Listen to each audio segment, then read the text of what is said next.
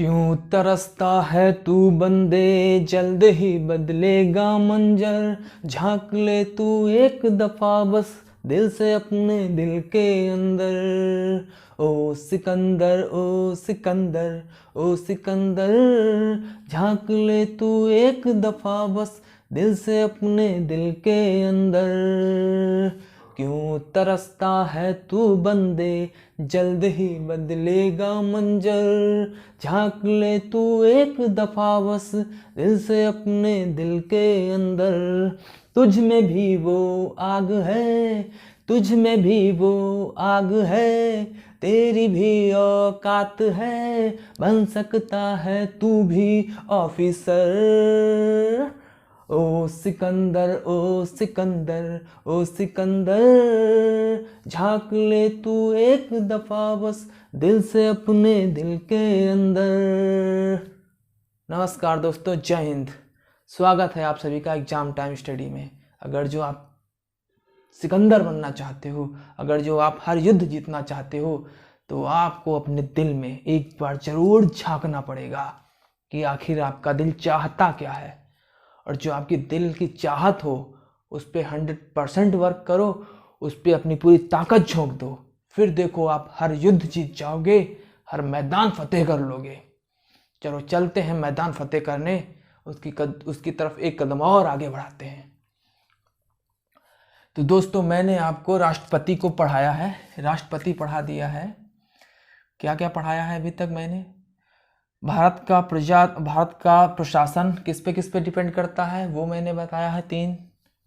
तीन पार्टों पे भारत का प्रशासन।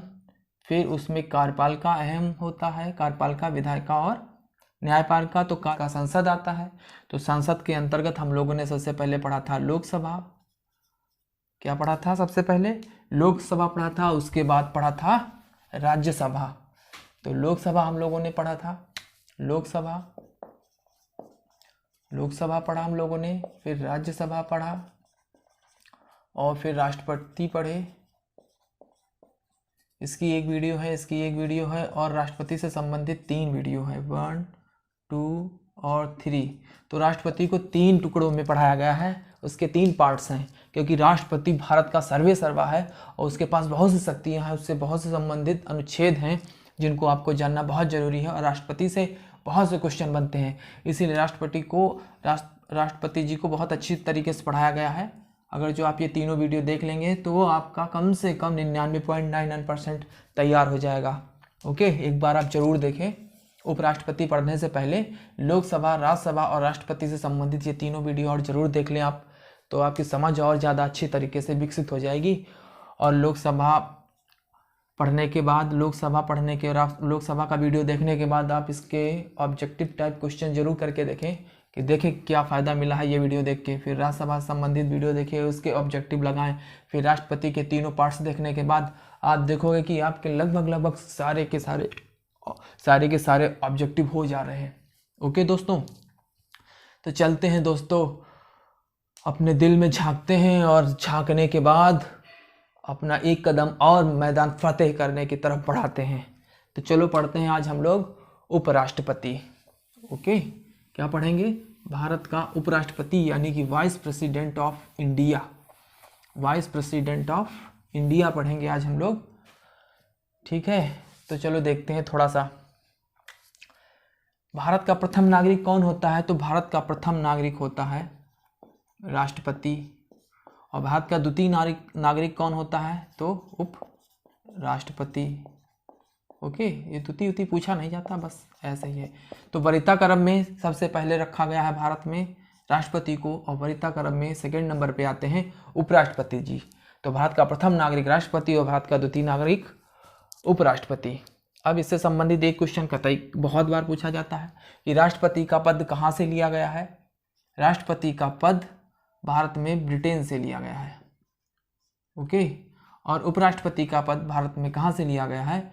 तो यूएसए से, यूएसए मतलब अमेरिका से लिया गया है। ओके, तो राष्ट्रपति का पद ब्रिटेन से लिया गया है और उपराष्ट्रपति का पद अमेरिका से लिया गया है। इतना क्लियर हो गया है। तो ये दोनों पॉइंट इंपॉर्टेंट हैं। कभी कभी ऑब्जेक्टिव टाइप क्वेश्चंस में ये दोनों क्वेश्चंस पूछ लेता है कि राष्ट्रपति का पद भारत के संविधान में किस देश के संविधान से लिया गया है, तो ब्रिटेन से। और उपराष्ट्रपति का पद भारत के संविधान में कहाँ से लिया गया है, अमेरिका से लिया गया है। तो चलो देखते हैं भैया उपराष्ट्रपति का पद कहाँ से लिया गया है, अमेरिका से। अमेरिका से, ठीक, पद अमेरिका से लिया। ओके, तो पद कहाँ से लिया भैया, अमेरिका से लिया। चलो अब हम लोग इसको डिलीट करते हैं, इतना तो आपने समझ लिया है। अब उपराष्ट्रपति से संबंधित प्रमुख अनुच्छेद देखते हैं सबसे पहले हम लोग। तो उपराष्ट्रपति से संबंधित प्रमुख अनुच्छेद पढ़ेंगे, मोस्ट इम्पॉर्टेंट है। तो देखते हैं अनुच्छेद 63, 64, 65 पढ़ेंगे, 66 पढ़ेंगे, 67 पढ़ेंगे, 67 पढ़ेंगे और 68 नहीं पढ़ेंगे, 69 पढ़ेंगे और फिर एक 71 पढ़ेंगे। इतने इम्पॉर्टेंट हैं। ओके, तो अनुच्छेद 63 में क्या दिया गया है, अनुच्छेद 63 में दिया गया है कि भारत का एक उपराष्ट्रपति होगा, भारत का एक उपराष्ट्रपति होगा, भारत का एक उपराष्ट्रपति होगा, भारत का एक उपराष्ट्रपति होगा। ओके, 64 में क्या दिया गया है कि उपराष्ट्रपति क्या होगा, राज्यसभा का पदेन सभापति होगा। ओके, तो उपराष्ट्रपति क्या होगा, राज्यसभा का पदेन सभापति होगा। तो भारत का एक उपराष्ट्रपति होगा, अनुच्छेद 63। अनुच्छेद 64 क्या कहता है, उपराष्ट्रपति राज्यसभा का पदेन सभापति होगा। ओके, और अनुच्छेद 65 क्या कहता है, अनुच्छेद 65 कहता है कि उपराष्ट्रपति राष्ट्रपति के रूप में कार्य करेगा।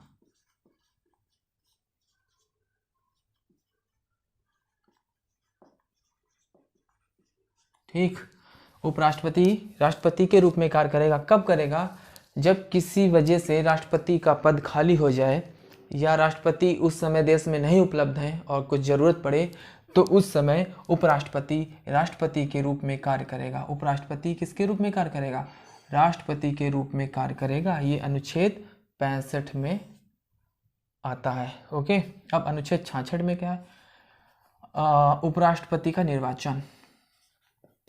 निर्वाचन संबंधी जो चीज़ें हैं वो दी गई हैं। उपराष्ट्रपति के निर्वाचन संबंधी चीज़ें जो है वो अनुच्छेद 66 में दी गई हैं। ओके, अब अनुच्छेद 69 में क्या दिया गया है, शपथ दिया गया है। ओके, और अनुच्छेद 71 में क्या दिया गया है, अनुच्छेद 71 में दिया गया है यानी कि प्रेसिडेंट और वाइस प्रेसिडेंट, शॉर्टकट में लिखते हैं वाइस प्रेसिडेंट, प्रेसिडेंट और वाइस प्रेसिडेंट दोनों के निर्वाचन से संबंधित अगर कोई विवाद होता है तो वो कहाँ हमेशा सुलझाया जाएगा, सुप्रीम कोर्ट में। ठीक है, ऐसे लिख लेते हैं, प्रेसिडेंट और वाइस प्रेसिडेंट के निर्वाचन विवाद कहाँ सुलझाए जाएंगे, तो निर्वाचन विवाद हमेशा सुप्रीम कोर्ट में सुलझाए जाएंगे। ओके, हाई कोर्ट में सुलझाए जाएंगे नहीं, या डिस्ट्रिक्ट कोर्ट में सुलझाए जाएंगे नहीं।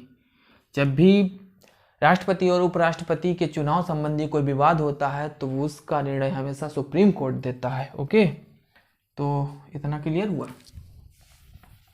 चलो आगे देखते हैं। तो सबसे पहले ये 1 2 3 4 5 6 7, अच्छा हाँ 67, तो अनुच्छेद 67 में है आपका पदावधि, यानी कितने समय तक राष्ट्रपति जो है उपराष्ट्रपति अपने पद पे रह सकता है। तो इनका कार्यकाल होता है 5 वर्ष। ओके, 5 वर्ष। तो चलो एक बार फिर से रिकॉल करते हैं। अनुच्छेद 63 भारत का एक उपराष्ट्रपति होगा। 64 वही राष्ट्रपति जो है भारत का उपराष्ट्रपति राज्यसभा का पदेन सभापति होगा। 63, 64, 65 अगर जो राष्ट्रपति नहीं है इस समय भारत में, या आकस्मिक किन्हीं कारणों से या महाभियोग की वजह से राष्ट्रपति का पद खाली है, तो उसकी जगह पे उपराष्ट्रपति राष्ट्रपति जी का कार्य संभालेंगे। ओके, चलो आगे बढ़ते हैं। 66 में उपराष्ट्रपति से संबंधित निर्वाचन से संबंधित चीज़ें दी गई हैं। उपराष्ट्रपति के निर्वाचन से संबंधित चीज़ें 66 में। 67 में पदावधि, 69 में शपथ, और 71 में अगर जो उपराष्ट्रपति और राष्ट्रपति के संबंधित कोई चुनाव संबंधित कोई विवाद होता है तो उसका फैसला हमेशा सुप्रीम कोर्ट करेगा। तो मोस्ट इंपॉर्टेंट अनुच्छेद है, बस इन्हीं उपराष्ट्रपति से कोई क्वेश्चन अगर अनुच्छेद आएगा तो बस इन्हीं 5-6 में से आएगा। 1 2 3 3 3 6 अनुच्छेदों में से बस आ जाएगा। अगर उपराष्ट्रपति से कोई अनुच्छेद आता है तो इनसे बच के नहीं जाएगा। ओके, चलो अब हम लोग उपराष्ट्रपति की योग्यताएं देखते हैं। योग्यताएं, उपराष्ट्रपति से संबंधित योग्यताएं देखते हैं। तो योग्यताएं बहुत सरल हैं, बस योग्यता 4 है योग्यताएं, और उसमें जो है एक बहुत ज़्यादा इंपॉर्टेंट है जो कई बार पूछी भी जाती है। चलो देखते हैं। तो एक है, चलो देखते हैं। तो योग्यताओं में नंबर 1 पे आता है भारत का नागरिक होना चाहिए। वो भारत का नागरिक हो, ठीक। और भारत का नागरिक हो, पागल या दिवालिया ना हो, इसको लिखने की जरूरत नहीं, अपने आप याद कर लो। भारत का नागरिक हो। नंबर दो पागल या दिवालिया ना हो। और अब उम्र देखते हैं। उम्र कई बार पूछी गई है उपराष्ट्रपति जी की। उम्र कितनी होनी चाहिए? आयु कितनी होनी चाहिए? आयु 35 वर्ष पूरी होनी चाहिए। अगर 35वां वर्ष चल रहा है, 35 पूरी नहीं है, तब भी वो उपराष्ट्रपति के पद के दावेदार नहीं बन सकता है। ओके, तो भारत का नागरिक हो, आयु 35 वर्ष पूरी हो। भारत का नागरिक हो, आयु 35 वर्ष पूरी हो, और किसी लाभ के पद पर ना हो। लाभ के पद पर ना हो। लाभ के पद पर ना हो। ओके, किसी भी लाभ के पद पर ना हो, यानी कि गवर्नमेंट सर्वेंट ना हो। और चौथा पॉइंट क्या है? राज्यसभा का सदस्य होने की योग्यता रखता हो। ये मोस्ट इंपॉर्टेंट है भैया। ये तो ऐसे ही है, ये तो इतना तो ये लगभग सभी को याद है, ठीक। चौथा मोस्ट इंपॉर्टेंट है, क्या है? राज्यसभा का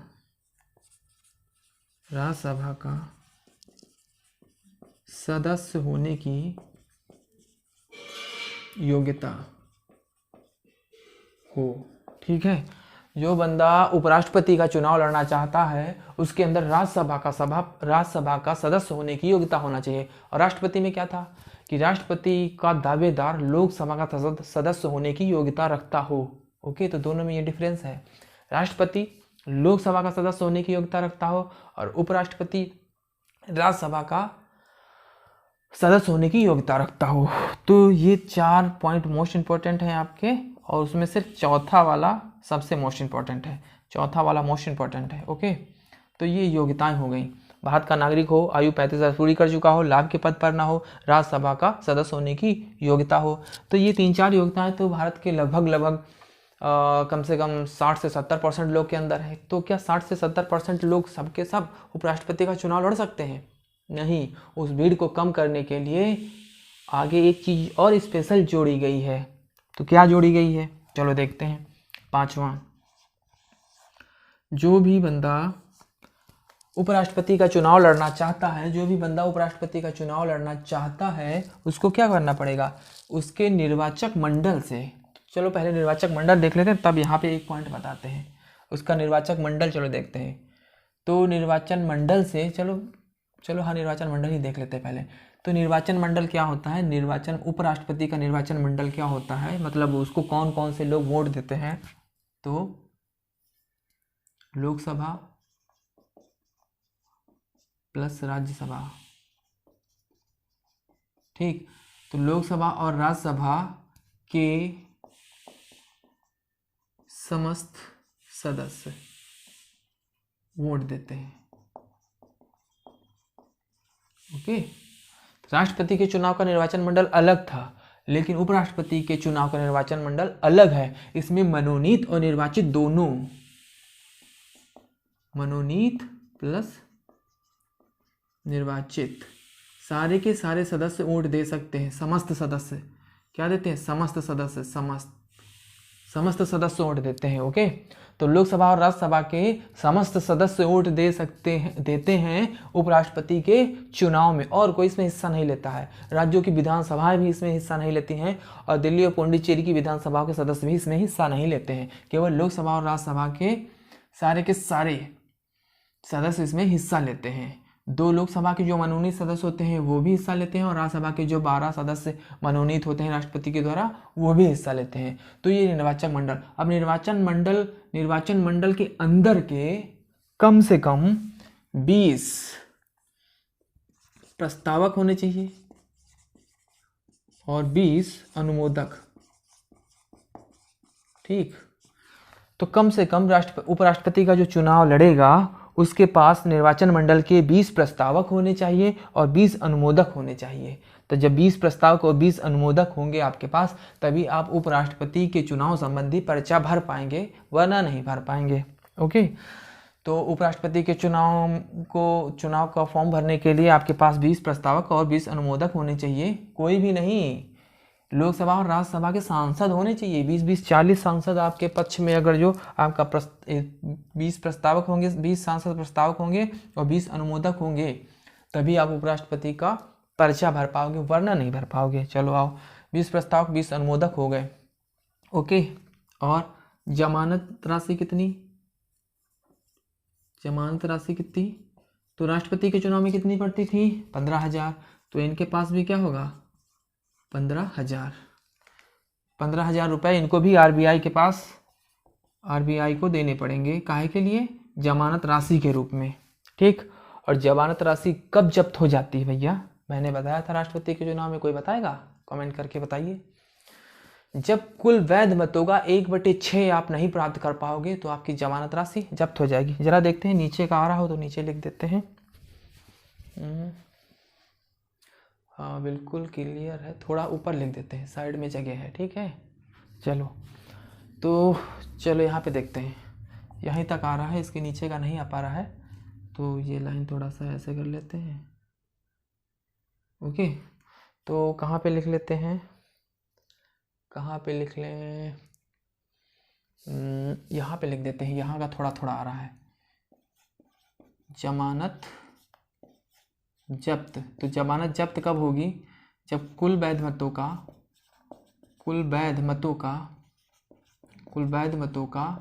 1/6 नहीं प्राप्त होगा। ठीक, तो कब जमानत जब्त होगी? जब आप कुल वैध मतों का, आप मान लो 20 प्रस्ताव 20 अनुमोदक मिल गए आपको, ठीक है, और उपराष्ट्रपति का चुनाव का आपने पर्चा भर दिया, तो उसके बाद क्या जमानत राशि कब तक आप ये 15,000 रुपये कब वापस मिलेंगे? जब कम से कम कुल वैध मतों का 1/6 मत आप प्राप्त करोगे। अगर ये 1/6 मत नहीं प्राप्त कर पाए तो आपकी जमानत राशि क्या हो जाएगी? जब्त हो जाएगी। ठीक है, ओके, तो ये समझ गए होंगे आप। ठीक है, जमानत जब्त हो जाएगी। कुल वैध मतों का 1/6 नहीं प्राप्त तो जमानत राशि जब्त। ये 15,000 रुपये आरबीआई आपको वापस नहीं लौटाएगी। तो बताओ, उपराष्ट्रपति से संबंधित प्रमुख अनुच्छेद और उसकी योग्यताएं, इतना तो क्लियर हो गया होगा ना। चलो अब आगे बढ़ते हैं। और निर्वाचन मंडल, तो लोकसभा और राज्यसभा के सभी सदस्य इसमें हिस्सा लेते हैं। अब आते हैं निर्वाचन रीति। तो जो रीति राष्ट्रपति में लगती है, जिस रीति से राष्ट्रपति का चुनाव होता है, उसी रीति से उपराष्ट्रपति का चुनाव होता है। ये तो सेम है आपके, तो ये थोड़ा आपके लिए याद करना कठिन नहीं होगा, क्योंकि दोनों की चुनाव की रीति और पद्धति एक ही है, और निर्वाचन मंडल में थोड़ा सा अंतर है। तो देखो क्या होता है, समानुपातिक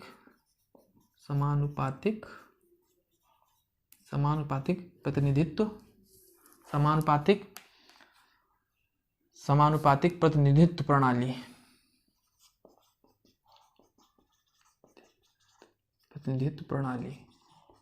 ठीक, तो समानुपातिक प्रतिनिधित्व प्रणाली के तहत उपराष्ट्रपति का चुनाव होता है। और दूसरा क्या? एकल संक्रमणीय मत पद्धति।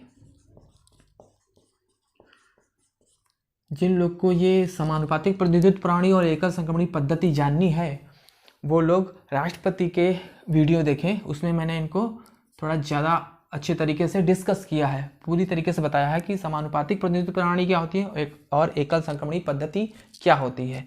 अब यहाँ दोबारा बताना ठीक नहीं है, टाइम वेस्ट होगा, क्योंकि उपराष्ट्रपति जो राष्ट्रपति पढ़ेगा वो ये ऑटोमेटिक जान लेगा। ओके, तो समानुपातिक प्रतिनिधित्व प्रणाली और एकल संक्रमणी पद्धति उपराष्ट्रपति के निर्वाचन में यूज होती है। और मतदान कैसा होता है? गुप्त मतदान और अप्रत्यक्ष होता है। ठीक, अप्रत्यक्ष रूप से गुप्त मतदान होता है समानुपातिक प्रतिनिधित्व प्रणाली के साथ और एकल संक्रमणी मत पद्धति के साथ। इतना क्लियर हुआ आपका? ओके, चलो आगे बढ़ते हैं। और अगर जो उपराष्ट्रपति के निर्वाचन से संबंधित कोई समस्या आती है तो उसका निपटारा हमेशा सुप्रीम कोर्ट करेगा। उपराष्ट्रपति और राष्ट्रपति दोनों के निर्वाचन संबंधी विवाद कौन देखेगा? सुप्रीम कोर्ट देखेगा। ओके, वेतन देखते हैं। अब निर्वाचन हो गया आपका, अब भैया निर्वाचन हो गया तो मतलब आप चुन लिए गए, तो पहले शपथ देखते हैं। तो शपथ किसके पास लोगे आप? तो शपथ उपराष्ट्रपति हमेशा शपथ लेता है राष्ट्रपति से, तो राष्ट्रपति हमेशा शपथ दिलाता है। ओके, राष्ट्रपति शपथ दिलाता है। अब राष्ट्रपति ने शपथ दिला ली, अब भैया आप काम करने लगे हो तो अब वेतन भी मिलना चाहिए। तो इस समय वर्तमान में उपराष्ट्रपति का वेतन कितना है? वर्तमान में उपराष्ट्रपति का वेतन है 4 लाख रुपए। 4 लाख रुपए। ओके, 4 लाख रुपए उपराष्ट्रपति का वेतन है वर्तमान में। अब देखते हैं, अगर जो काम करते करते उपराष्ट्रपति सोच रहा है कि चलो यार अब हम ऊब गए हैं या किसी वजह से कोई समस्या आ जाए, तो अगर जो त्याग पत्र देना चाहता है उपराष्ट्रपति तो किसको देगा? चलो देखते हैं। तो त्याग पत्र देगा हमेशा राष्ट्रपति को। ओके, चलो अब यहाँ पे देख लेते हैं। ये है उपराष्ट्रपति। अब त्याग पत्र देखते हैं। अगर जो उपराष्ट्रपति को त्याग पत्र देना होगा तो वो राष्ट्रपति को देगा, और राष्ट्रपति अगर अपना त्याग पत्र देता है तो ये उपराष्ट्रपति को देता है। ओके, तो इतना क्लियर हो गया ना। अगर उपराष्ट्रपति को त्यागपत्र देना है तो राष्ट्रपति को देगा, और राष्ट्रपति को अगर त्यागपत्र देना है तो वो उपराष्ट्रपति को देता है अपना त्यागपत्र। चलो आगे बढ़ते हैं। अब उपराष्ट्रपति की शक्ति और कार्य क्या होते हैं, तो चलो देखते हैं शक्ति और कार्य। तो उपराष्ट्रपति की शक्ति और कार्य, तो 2 मोस्ट इंपॉर्टेंट शक्तियां और कार्य दी गई हैं। चलो देखते हैं। पहला क्या है? पहला उपराष्ट्रपति क्या करता है? पहला क्या? उपराष्ट्रपति राज्यसभा के सभापति के रूप में कार्य करता है। ठीक है, तो उपराष्ट्रपति राज्यसभा के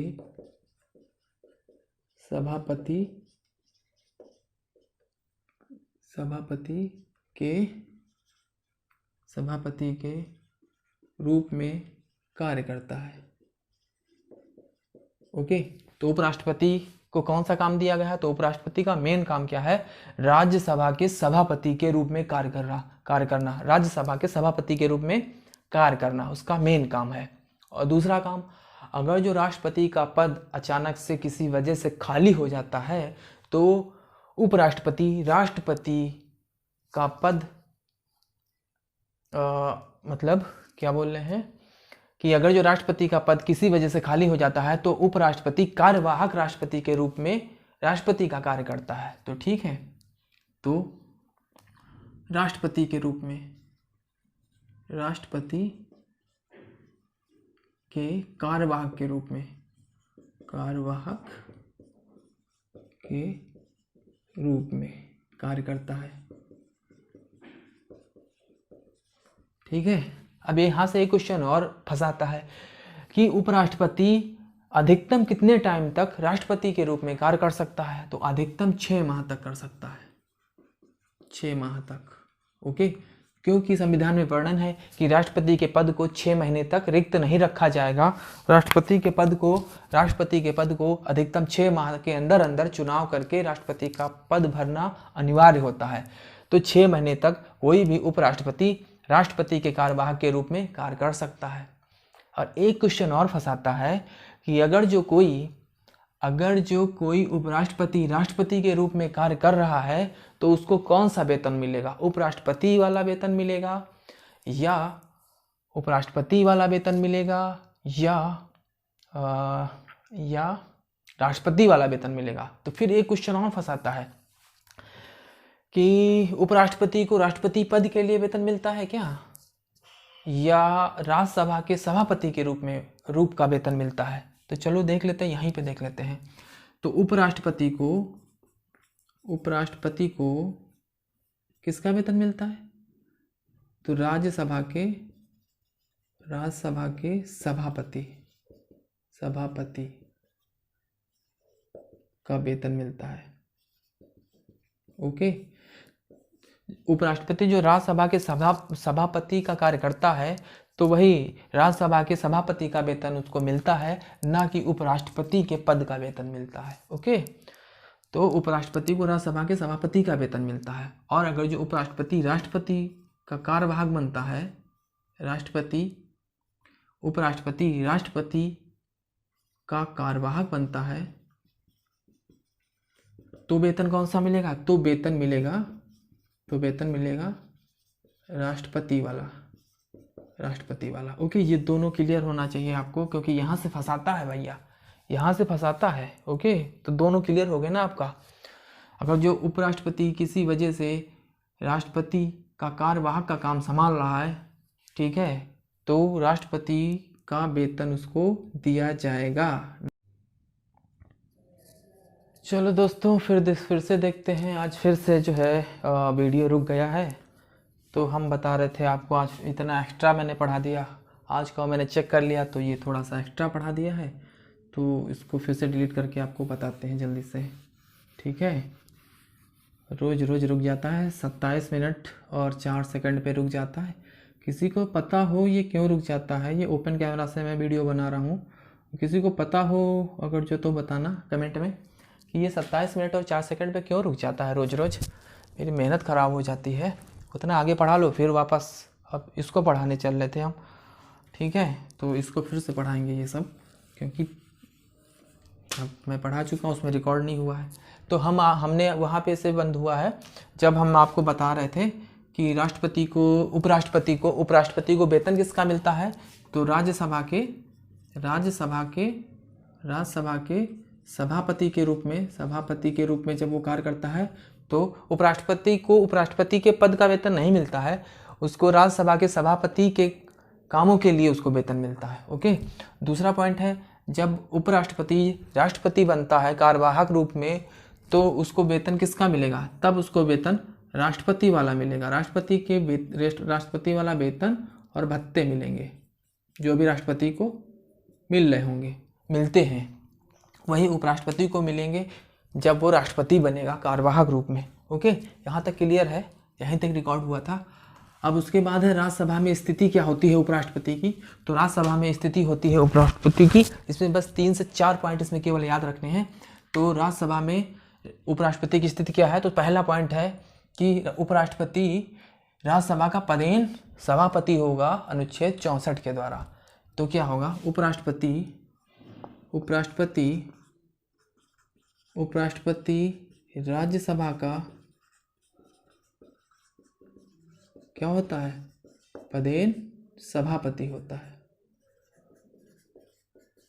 ओके, पता नहीं सभापति आ रहा है कि नहीं आ रहा है, पदेन सभापति छोटा लिखते हैं, सभापति। ओके, तो उपराष्ट्रपति राज्यसभा का क्या होता है, पदेन सभापति होता है। ठीक, दूसरा पॉइंट, एक क्वेश्चन पूछा जाता है, मोस्ट इंपॉर्टेंट क्वेश्चन पूछा जाता है कि ऐसी संस्था बताइए जिसका सभापति उस संस्था का सदस्य नहीं होता है। तो वो राज्यसभा ही है। राज्यसभा का जो सभापति होता है तो वो राज्यसभा का मेंबर नहीं होता है। ओके, तो यानी उपराष्ट्रपति राज्यसभा का सदस्य नहीं होता है। तो लिखो, यानी कि वाइस प्रेसिडेंट राज्यसभा का सदस्य नहीं होता है, ओके, इतना क्लियर हुआ। तो राज्यसभा का सदस्य नहीं होता है, वाइस प्रेसिडेंट राज्यसभा का सदस्य नहीं होता है। तीसरा पॉइंट, जब है नहीं, उसका सदस्य नहीं है, तो क्या उसको वोट डालने का अधिकार है राज्यसभा में? जब उसका सदस्य ही नहीं है तो वोट ही नहीं डाल पाएगा। तो भैया उपराष्ट्रपति राज्यसभा में वोट नहीं दे सकता। राज्यसभा में वोट देने का अधिकार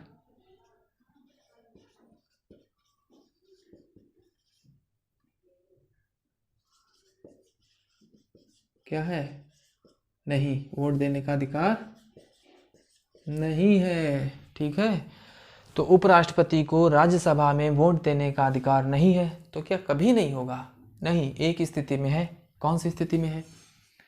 तो एक स्थिति में है, वो स्थिति है यदि किसी विधेयक पर 50-50% का बंटवारा हो जाता है राज्यसभा में, यानी 50 सांसद एक तरफ और 50 सांसद एक तरफ, तब उस समय निर्णायक मत देना होता है। तो उस स्थिति में उपराष्ट्रपति को निर्णायक मत देने का अधिकार है उस विधेयक पर। तो निर्णायक मत देने का अधिकार है, सामान्य मत नहीं दे सकता है, लेकिन निर्णायक मत देने का अधिकार है, अधिकार है। ओके, तो निर्णायक मत देने का अधिकार है उपराष्ट्रपति को। तो राज्यसभा में स्थिति के बस 4 पॉइंट मोस्ट इंपॉर्टेंट है, चारों से अपना एक एक क्वेश्चन बनता है। तो पहला, उपराष्ट्रपति का सभापति कौन होता है? तो उपराष्ट्रपति राज्यसभा का सभापति कौन होता है? तो उपराष्ट्रपति राज्यसभा का पदेन सभापति होता है। अगला है वाइस प्रेसिडेंट, यानी उपराष्ट्रपति क्या राज्यसभा का सदस्य होता है? तो नहीं, वाइस प्रेसिडेंट राज्यसभा का सदस्य नहीं होता है। अगला, राज्यसभा में वोट देने का अधिकार है क्या उपराष्ट्रपति को? तो नहीं, क्योंकि उसका मेंबर ही नहीं होता है, तो उसका वो वोट नहीं दे सकता है, लेकिन निर्णायक मत दे सकता है। ओके, चलो अब देखते हैं हटाने की विधि। अगर उपराष्ट्रपति को हटाना चाहता है, संसद हटाना चाहे, तो कैसे हटाएगी? तो सबसे पहला पॉइंट है, क्या उपराष्ट्रपति को हटाने संबंधी प्रस्ताव किस में लाया जाएगा? संसद के किस सदन में लाया जाता है, लोकसभा में या राज्यसभा में? तो मोस्ट इम्पॉर्टेंट है, देखो राष्ट्रपति को अगर जो राष्ट्रपति के ऊपर महाभियोग लगाना है, ठीक, तो उसमें किसी भी सदन में पहले प्रस्ताव पेश किया जा सकता है। ओके, लेकिन उपराष्ट्रपति को अगर हटाना है तो सब प्रस्ताव कहाँ लाया जाएगा? पहले राज्यसभा में लाया जाएगा। ओके, तो चलो देखते हैं। प्रस्ताव पहले राज्यसभा में लाया जाएगा। ठीक है, तो प्रस्ताव सबसे पहले कहाँ लाया जाएगा? राज्यसभा में। अगर जो उपराष्ट्रपति को हटाना है तो सबसे पहले प्रस्ताव कहाँ लाया जाएगा? तो प्रस्ताव पहले राज्यसभा में लाया जाएगा। ओके, उपराष्ट्रपति को हटाने संबंधी प्रस्ताव पहले राज्यसभा में लाया जाएगा। ओके, और राज्यसभा में लाने से पहले उस उपराष्ट्रपति को 14 दिन पूर्व सूचना देनी होती है। तो चलो देखते हैं भैया।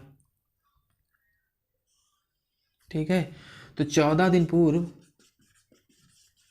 उपराष्ट्रपति को वाइस प्रेसिडेंट को सूचना देनी होती है। ओके, अगर जो उपराष्ट्रपति को हटाया जाना है उसको हटाने संबंधी प्रस्ताव राज्यसभा में लाया जा रहा है, तो उपराष्ट्रपति जी महोदय को 14 दिन पूर्व उसकी सूचना दे दी जाएगी। ओके, चलो अगला, पहले राज्यसभा में लाया जाएगा और 14 दिन पूर्व उसको सूचना दे दी जाएगी। नंबर तीन, अगर ठीक है, उनको सूचना भी दे दी गई है और राज्यसभा में उनका प्रस्ताव लाया गया है। अब राज्यसभा में उनका प्रस्ताव अगर जो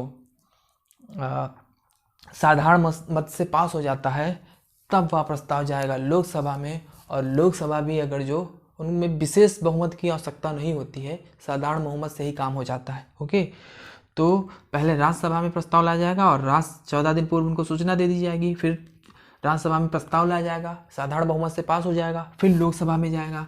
सेकंड नंबर में कहाँ जाएगा? लोकसभा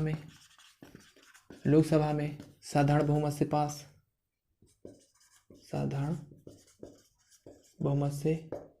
पास, लोकसभा और राज्यसभा दोनों में साधारण बहुमत से अगर पास हो गया, तब उपराष्ट्रपति उसी तारीख से जिस दिन से उसी तारीख जब लोकसभा में जब बहुमत पास हो गया तो उसी तारीख से उपराष्ट्रपति अपने पद से विमुक्त माने जाते हैं। ओके, तो हटाने संबंधी विधि ये थी कि 14 दिन पूर्व सूचना दे दी जाएगी, प्रस्ताव पहले राज्यसभा में लाया जाएगा और राज्यसभा में अगर साधारण बहुमत से पास हो जाता है तो लोकसभा में भी अगर फिर लोकसभा जाएगा, फिर लोकसभा में अगर जो साधारण बहुमत से पास हो जाता है तो उपराष्ट्रपति जी को अपने पद से त्यागपत्र देना पड़ता है। ओके, मतलब उनका पद त्यागपत्र क्या देना, उनको वो अपने पद से विमुक्त ही मान लिए जाते हैं। ओके, तो उम्मीद करते हैं उपराष्ट्रपति से संबंधित सारे के सारे क्वेश्चंस आप लोग को समझ में आ गए होंगे। कोई क्वेश्चन बच रहा है? तो कोई क्वेश्चन तो लगभग नहीं बच रहा है, मैंने सारे के सारे क्वेश्चंस आपको बता दिए हैं। अच्छा, एक क्वेश्चन बताओ, जब उपराष्ट्रपति राष्ट्रपति के रूप में कार्य कर रहा है तो उसको कितना वेतन मिलेगा? 4 लाख। जब उपराष्ट्रपति राष्ट्रपति के कार्यवाहक के रूप में कार्य कर रहा है तो उसको कितना वेतन मिलेगा? बताइए, कमेंट में बताइएगा। और एक क्वेश्चन और बताते हैं आपको, याद आ रहा है उपराष्ट्रपति संबंधित। अगर जो उपराष्ट्रपति का पद किसी वजह से खाली होता है, यानी कि या तो अचानक से उपराष्ट्रपति जी की मृत्यु हो जाए या उपराष्ट्रपति जी अपना त्यागपत्र दे दें, तो उस समय उनका पद जब खाली रहेगा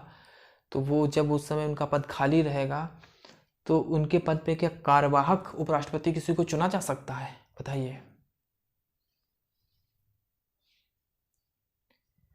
तो नहीं चुना जा सकता है, इसका संविधान में कोई वर्णन नहीं है, संविधान इस पर मौन है कि उपराष्ट्रपति का अगर पद खाली है तो उनके कार्यवाहक के रूप में किसी को नहीं चुना जाएगा। बस इतना संविधान में दिया है कि 6 महीने के अंदर अंदर उपराष्ट्रपति का चुनाव करवा के उपराष्ट्रपति का पद भी फिल कर लेना है, यानी भर लिया जाना है। ओके, लेकिन राष्ट्रपति का पद जब खाली होता है तब राष्ट्रपति का कार्यभार संभालता है। अगर जो उपराष्ट्रपति भी उस समय नहीं है तो भारत के मुख्य न्यायाधीश उस पद को संभालते हैं। अगर जो भारत के मुख्य न्यायाधीश भी नहीं है तो सुप्रीम कोर्ट का वरिष्ठतम जज उस पद को संभालेगा। लेकिन ऐसी नौबत आती ही नहीं है। ओके, यहाँ तक की नौबत एक बार आई है, जब राष्ट्रपति भी नहीं थे, उपराष्ट्रपति भी नहीं थे, तो भारत के CJI ने, यानी भारत के मुख्य न्यायाधीश ने, चीफ जस्टिस ऑफ इंडिया ने राष्ट्रपति का पद एक बार संभाला था। ओके, तो अब ये बताना उस CJI, अब एक कमेंट बॉक्स में आप एक कमेंट करेंगे, उस CJI यानी भारत के मुख्य न्यायाधीश का नाम बताना है जिन्होंने राष्ट्रपति का पद कुछ दिनों के लिए संभाला था कार्यवाहक राष्ट्रपति के रूप में, बताइएगा। ओके, तो उम्मीद करते हैं आपको ये उपराष्ट्रपति पूरा का पूरा समझ में आ गया होगा और आप इसका एक स्क्रीनशॉट करके रख लो और जब भी आप एग्जाम में जाओ बस इसी को एक बार खोल के देख लो। ओके, अब जब बहुत दिन हो जाए तो इसका वीडियो देख लो, काम खत्म। अब हम हटे जा रहे हैं और आप इसका स्क्रीनशॉट ले लो, ले लिया होगा तो ठीक है मेरे दोस्तों, मिलते हैं अगले वीडियो में। तब तक आप वीडियो को शेयर कर दिया करो और लाइक भी किया करो और जो मैंने क्वेश्चन पूछे हैं उसका कमेंट भी किया करो। अपने दोस्तों को शेयर कर दो ताकि उनको भी कुछ अच्छा नॉलेज मिल पाए। ओके, मिलते हैं अगले वीडियो में। जय हिंद, जय भारत।